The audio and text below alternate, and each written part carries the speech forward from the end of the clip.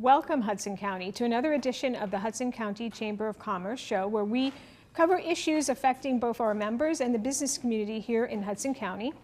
My name is Maria Nieves. I'm president and CEO of the organization.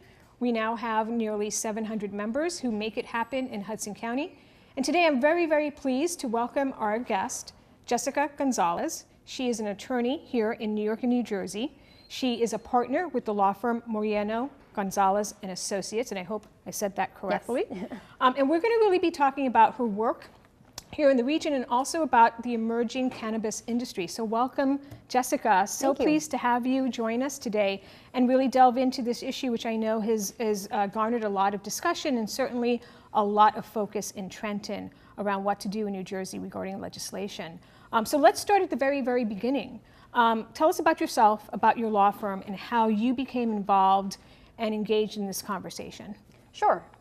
So Jessica Gonzalez, one of the founding partners at Moreno, Gonzalez and Associates. We are a Latina-owned law firm servicing clients in both New York and New Jersey with a specific focus on cannabis. So as women of color, we've been able to see firsthand the detrimental effects of high barriers to entry. And so in order for us to lower those barriers to entry for folks who want to get into the cannabis space but may not be able to afford to, we offer introductory packages for all startup companies for their first year at a discounted rate in order to make legal services more accessible to those communities. So currently, we represent clients looking to get licenses in both New York and New Jersey, clients involved in the ancillary business of cannabis as well, and clients across the country who are looking to protect their intellectual property. Okay, oh, great. And we'll circle back around to that. When we start to talk about marijuana and the legalization, which has been over the last few years, several states have already done it, California, Colorado. What is like the one thing you want the public to understand when it comes to this discussion around legalizing the recreational use, I should say, of marijuana? Sure. So what we're witnessing right now in New Jersey and across the country is historic. And to be a part of that momentum has been a great privilege. But we have to really go back and understand that the regulations that are in place to address a problem that was created by the US in the 1930s with the war on drugs. So the war on drugs, essentially what happened was they weaponized cannabis against specific communities, particularly African American and Latino communities. And that kind of impact that it has really not allowed those communities to now enter this workforce. And so really what all of this regulation is addressing is reparation, restoration, and reinvestment. This isn't something that's just about money, but it's about, when you're talking about, with medicinal, you're talking about health to patients and access to quality medicine. And when you're talking about adult use, what really needs to happen is the communities need to be reinvested into. And so a lot of this tax revenue that we've seen from a lot of these other states, such as Colorado, Oregon, California, really the game plan is take that tax revenue and reinvest it into these communities that have been largely affected by it. Right. And in terms of, let's just get a sort of a check, if you will, on what is the current status of marijuana usage in both New York and New Jersey, so that the audience understands where we are. Sure. So both states have legalized medicinal use of cannabis. So both have current alternative treatment centers currently operating. New Jersey currently has 6 right now, all of which are nonprofit.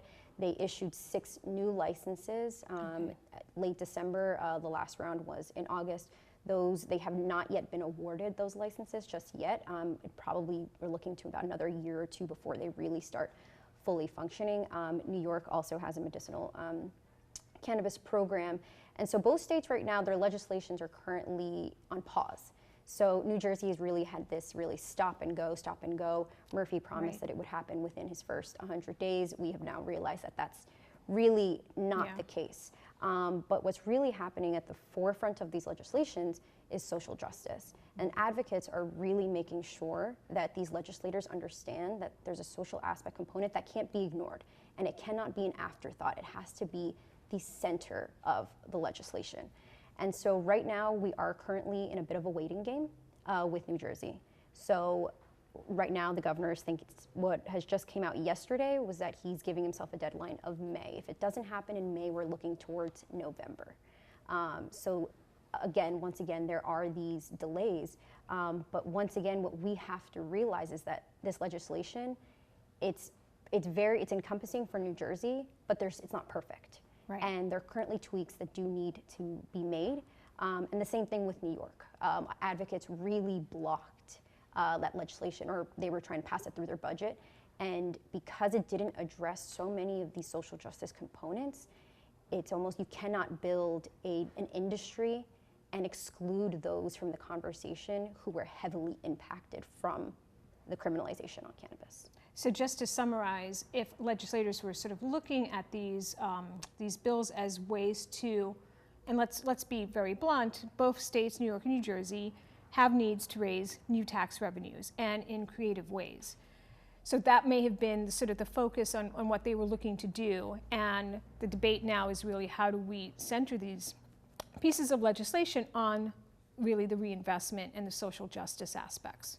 That's Right. where the debate is really happening right now. Was that a fair characterization? Yeah, absolutely. And even just how much to tax has also been something that's, for New Jersey was a sticking point, and we weren't really sure. Right now, it's about $42 an ounce. It's the current tax rate in the bill right now, but that burden is going to be by the growers, and then it'll transmute through the process as it goes from the cultivation through manufacturing all the way to retail. And then the way that the bill is currently written right now, municipalities will be able to get certain tax revenue from that depending on what kind of cannabis operation they've allowed in their municipality. Okay. And when we say medicinal use, that means I literally have to go to my doctor and get a prescription right now, and then I can go to one of these 6 dispensaries. Right, and they're exactly. Okay. So you cannot just walk into a dispensary And say, I've got arthritis pain, I need Right. help, I need to see a Exactly. medical It's almost professional. akin to the same thing of over-the-counter drugs and prescription drugs. For adult use, you'd be able to go to a dispensary. For medicinal, you have to go through a doctor and obtain a recommendation, and as well as a state license card. Okay, great. So I want to come back after the break. We're about to go into break. I want to come back to this conversation because it ties so neatly into what you're doing with your law practice around the social, the specific social justice aspects that the debate is happening around in terms of what's being baked into the bill. If that sounds like a good plan. All right, so we're going to come right back after the break with Jessica Gonzalez to continue this great conversation about this emerging industry.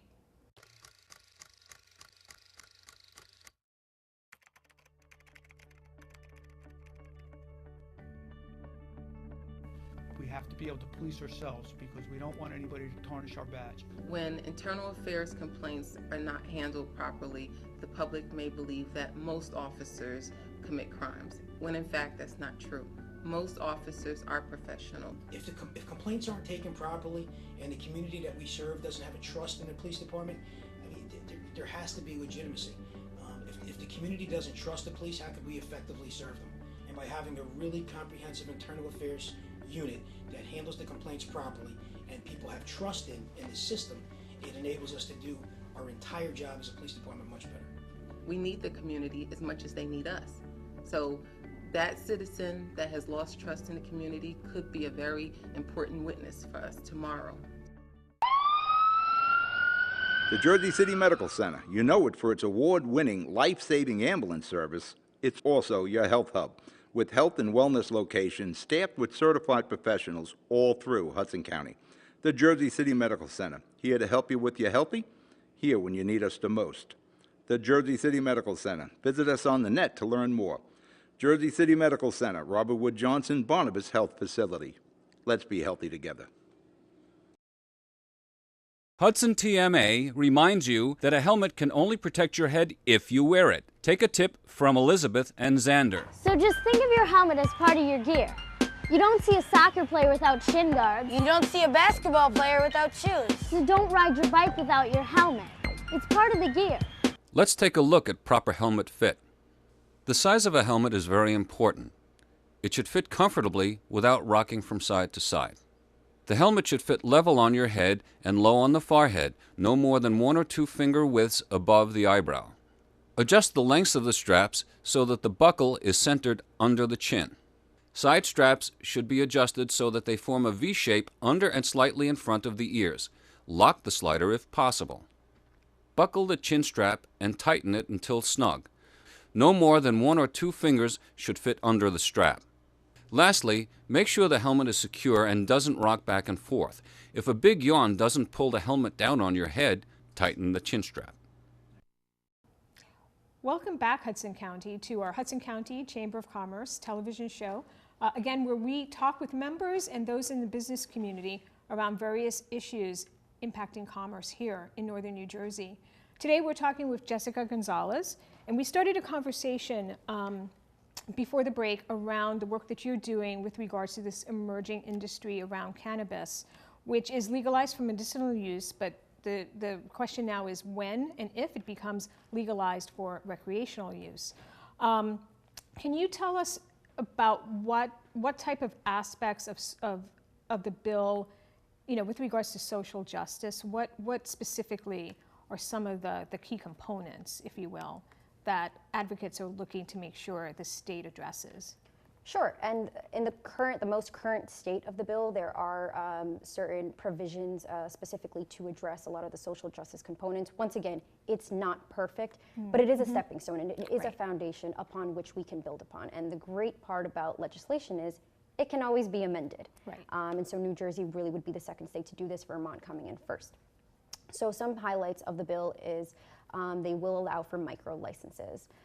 So about 30%, about 30% will be going for micro licenses. And what this means is that they're businesses on a smaller scale, as in you don't really need to have that much capital backing as you would for a regular one.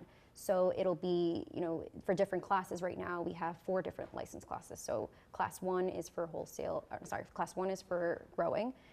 So cultivation. Class 2 is for processing. Class 3 is for wholesale. And class 4 is for retail. So within those classes, there will be a certain percentage allocated to micro licenses. Oh, interesting. And so there are caps on this, no more than 10 employees. The entire ownership needs to be New Jersey residents for over 2 years. Okay. The stakeholders also have to be either from that municipality or from neighboring municipalities. So this really, what it does is it makes it so New Jersey residents who aren't these huge multi-state operators can come in and really have a chance to have some skin in the game with these micro licenses. They'll also be establishing, it's called an Office for Minority, Disabled Veterans, and Women's Business Development.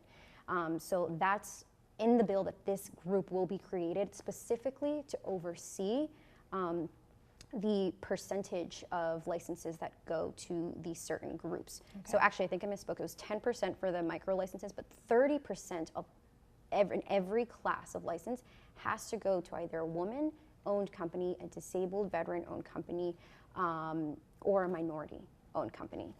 So those kind of really percentages and really is going to allow these people to have priority over other folks, which makes sense given the fact that they are going to need these additional resources as well. So those are some of the few components. There's also going to be an expedited expungement. And this is really, really important because in order, some folks may have these cannabis convictions that they need to have expunged. New Jersey, what a lot of people don't know, it has one of the most onerous expungement processes in the country.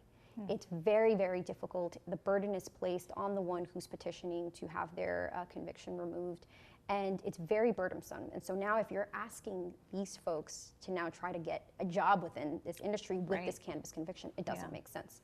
So this expedited process will be all online. There'll be no fees. And once again, while it is not perfect, and we'll see how the courts are going to work out with this, but it's in the legislation, and that's really going to allow a lot of people to remove, some of these, convictions or felonies that have impacted their entire life with access to education and housing and jobs. So those are some of the few components in the bill. Right, and I think the point of the micro licenses as well is skin in the game, but these are folks who live in a community, ostensibly care about their community, so they're going to be hopefully, right, responsible actors when they engage in the industry. Exactly, and there's also going to be about, I think it's about 35% of all licenses will be conditional licenses. And it'll be a simplified, expedited process, and after you gain approval, you then have 120 days to fulfill all of the requirements of the application. That means that you don't have to have everything all at once, right, which is really what happened in the last round for the medical vertically integrated licenses. You needed to have your real estate, your investors, every single thing in place already. Which there's makes no it a very way high a startup barrier. company Yeah. was going to be able to have all of that. So these conditional licenses, once again, will allow folks to really have the time to get the resources and the team that they need. And you mentioned Vermont. So Vermont has done similar legislation. Is that It's sort of currently in the works. Oh, it's in the works. So was this the case in California and Colorado and They were these all other ballot states? initiatives. Oh, they were. They were Okay. not ballot, so there was no legislative process. There wasn't this conversation that we're having, and which is why you're seeing New York and New Jersey having these conversations with advocates, and it's this very continuous conversation that has not stopped because of the social justice component that's involved in it, and it's really stalled the process, but not in a bad way. In a way, in order for us to really get these reparations in place. Because even though we can amend it, but it's always better to be more proactive than it is to go back and be reactive. Do it right the first time, or try to do it as best possible as we can. Really quickly, New York and New Jersey, it seems to me, they've both been in sort of this race to see who will do this first. What is the implication of being first between these two states in particular? Sure. So the rest of the country is watching New York and New Jersey. They've gotten a lot of attention. The reason for that is New Jersey actually has the highest arrest rate for cannabis-related convictions in the country. Oh, I did not know that. And New York, though it decriminalized it in 1977, had arrested almost 17,000 people in 2017 for cannabis-related offenses. Wow. And this is why the nation is looking at these two states. And they have now a responsibility to create this industry within their state by allowing those who were severely harmed by the war on drugs to be involved. And economically speaking, we're looking at tax revenue. So Governor Murphy, he stated in his second state budget, $60 million in 1 year. Cuomo, $300 million. So with numbers like that, both states want this first bite at the apple. And really the only thing separating consumers right now is the Hudson River. Right. And so they do not want their tax money coming into another state. Right. But that's First really, to so market. whoever's going to be first to market, those tax dollars are going to swim across the Hudson River. Right. An easy swim when we talk about dollars, and a new industry that is potentially this large. So I guess we'll see who gets there first. This is going to be an interesting spring. When we come back, I want to circle back around to some of the services you provide and how can those who might want to engage in the industry start to learn about it.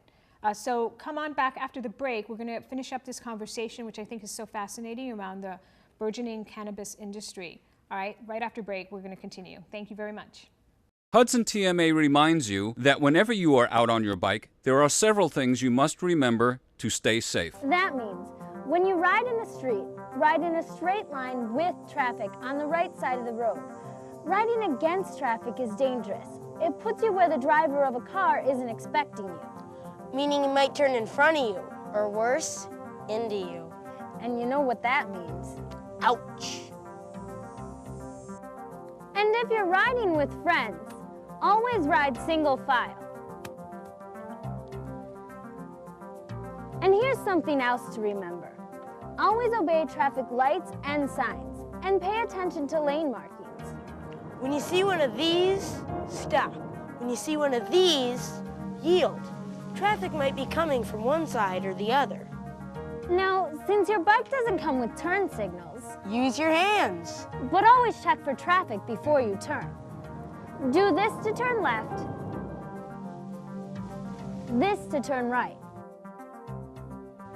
Also, some states allow you to do this to turn right, and do this to stop. Voting by mail has never been easier. Just follow these steps to ensure your vote will be counted. Open your envelope. You will find your certificate, return envelope, and official ballot. When casting your ballot, use only a pencil, black, or blue ink, not red. Completely fill in the oval to the right of each selection. When writing in, do not repeat a name printed on the ballot. If torn or damaged, your vote will not be counted. Fold your ballot and place it in the pocket of the certificate before sealing it with the adhesive strip. Do not detach the strip and paper from the certificate. Fill out the required information on the certificate and don't forget to sign. If you are not mailing or delivering your ballot in person, make sure both you and the bearer of the ballot sign your name and address on the certificate and return envelope. After that, just place it in the mailbox and your vote will be counted. For more information, you can visit our website at www.hudsoncountyclerk.org or www.hudsoncountyNJ.org.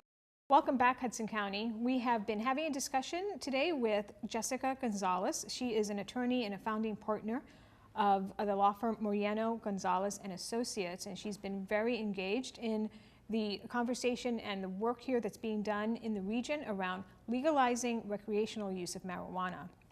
So what I want to talk about next is, let's assume the legislation passes here in New Jersey. What do you envision this burgeoning market starts to look like in the first couple of years here in the state? So probably in the first couple of years, right now, what's happening in the current state of the bill is the current alternative treatment centers and the ones that were, the other 6 that were just awarded, they are going to be able to dispense adult use cannabis. Oh, okay. And as long as they certify that they have enough for their patients, they will be able to really get that first bite of the apple. So we're not probably going to see these adult use dispensaries separate from these alternative treatment centers probably for a couple of years, just because once the legislation passes, they're going to need to form the 5-member the Cannabis Regulatory Commission. And then after that, the rules and regulations will come out. Then the applications need to go out. Then the applications need to get approved. And then the operations really begin. But right now, the medicinal alternative treatment centers, they're not going to have to go through that process. They will be grandfathered in and will be allowed to dispense adult use cannabis once it becomes legal. So this fear, if anybody has a fear that cannabis dispensaries will pop up like Starbucks do, I hope that's okay to say. No, I don't want to offend Starbucks or anything for mentioning them specifically, but there's a Starbucks everywhere, there's McDonald's everywhere. That's not going to happen, because this is also going to be a very highly regulated industry. Extremely regulated, and there's currently can't be within 1,000 feet of a school or a church. So there are certain regulations as to where these dispensaries can be placed. Parking on certain streets, and so these municipalities are really going to have a lot of control over who is going to be able to be in their municipality, or even if they're going to allow any cannabis operations in their municipality at all. In their municipality. If they don't, then they'd receive no benefit from any of the tax revenues that come in. But really, everybody's concerned that they're really going to start popping up everywhere. They need to understand that it takes a lot of money to really get one of these things going, and it takes a lot of municipal support, and it really takes an entire team to get this up and moving. But we're probably not really going to see the impacts of this for another, let's say in the next 10 years, we'll be able to actually fully analyze how it's going. But until then, given the whole stop and go, once again, we're not sure about the timeline. So and it's not as if it's not like cigarettes, buying a pack of cigarettes. You're not going to be able to walk into the Quick Check or 7-Eleven, or you used to be able to buy cigarettes, I think, from dispensing machines. That's not going to happen. And so the municipalities will have a lot of authority here, which is also kind of really. Is it going to be like a liquor license then? It'll be a very, very similar process to when you're applying for a liquor license application. Correct. Okay, interesting. Which is why it is so important to get the right professional and legal services in place. So in terms of sort of the gamut of things somebody would need to know if they want to get, for example, again, assuming this happens, there are micro licenses available, what is it that's an entrepreneur looking to get into the space has to think about? Sure. So one thing they really have to think about is your team. Your team is the most important, because this is not something that you can do yourself. So when you're doing these applications, you're going to need accountants, you're going to need security support, you're going to need a legal team, you're going to need investors if you're doing something on a much bigger scale and you can't finance it yourself. You're just going to need to have your capital and proof of capital as well. But really what I have tried to, explain to my clients who are mostly startup companies is, get your corporate formation in check. Start reaching out to the municipality, start doing outreach in there, because that's what you're gonna need. You need the municipal support. They wanna see that you are also going to be investing into the community as well. But really, essentially, it's just getting that team down. You're gonna need app writers as well. And these are all very expensive. You may need business consultants as well, somebody to write your business plan. So really, you're going into it kind of the same way you would really start any business. You just have so much more regulation over it that you need to really be careful and follow all of these state regulations, because you need to also remember that it's still federally illegal. Right, I was going to ask you, how does that play into it, especially with the financing piece, when it's still federally not legalized? Banking's a huge issue. It still is for a lot of people. Something that we recommend to our clients when we're like, please do not have cannabis in your name. In the name of your company, your brand could be that, but your company name, if you go to a bank and you try, they're going to charge you ridiculous fees. It's the same thing if you're going to, lease or if you're going to buy a property. Always be very forthcoming about what you're going to be doing, but understand that everything's going to be so much more expensive in this industry. So it really is important to kind of garner your team together, get your resources together, and to definitely find an attorney who can help guide you along the way, because sometimes they come to us and they've already done so much, but we now have to go back and alter some things that we've seen based on our experience. So it's just making sure that you're following state regulations to a T. So where should somebody start? They don't know anything about this industry. They're curious. They think it's emerging. So maybe there is an opportunity here, especially if there are going to be micro licenses. Where should I start? Where should anybody start who really wants to just get their toe wet, if you will? I would say the first thing is go meet people. There are people everywhere who are interested in this. There's some people who want to grow, some people who want to run a business, some people who are doing accounting for it. Show up. Right. Show up to events, talk to people, start putting your interest out there. Because once again, you learn so much from different people who have come from all different sorts of backgrounds, because especially in New Jersey, a lot of people have never worked in cannabis before, but they can use their transferable skills. So in order to get involved in the cannabis industry, you don't have to go for a license. You can be an accountant and get really well versed in 280E, which are the tax implications for cannabis operations. You can be, if you're a lawyer, well, you can, segue into cannabis. Right. It just depends on what you're doing. If you're a graphic designer, a website developer, target it towards cannabis companies, learn about what they're doing. So it's two separate sorts of people, those who want to go into the licenses and those who just want to use their skills and transfer it. And my advice to everybody is just learn about the industry, just read up on it, and just immerse yourself into this community. It's very welcoming.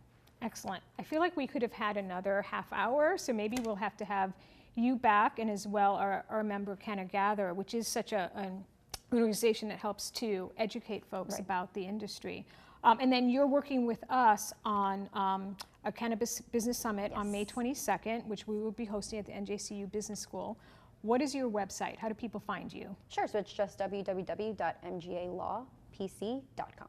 mgalawpc.com. That's how you find Jessica if you're interested.